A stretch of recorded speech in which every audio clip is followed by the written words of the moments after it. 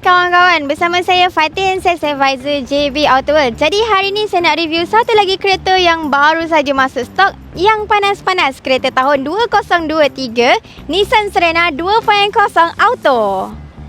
Datang dengan lampu yang ada dua mata, satu dan dua, dan juga grill yang sangat cantik. Yang ni pun dah jadi trend tau zaman sekarang. Biasalah Nissan Serena mesti ada dengan kick sensor. Jap kita cuba. Jadi kan? Datang dengan 7-seater yang ada leather seat. Macam bos-bos nak pergi mana, driver jalan. Lepas tu ada juga roof monitor. Jadi orang kat belakang nak tengok movie pun boleh. Lagi-lagi budak-budak kartun. Seat belakang pun boleh duduk. Kalau kurus macam ni boleh muat lebih kurang 3 orang. Kalau badan besar sikit 2 orang.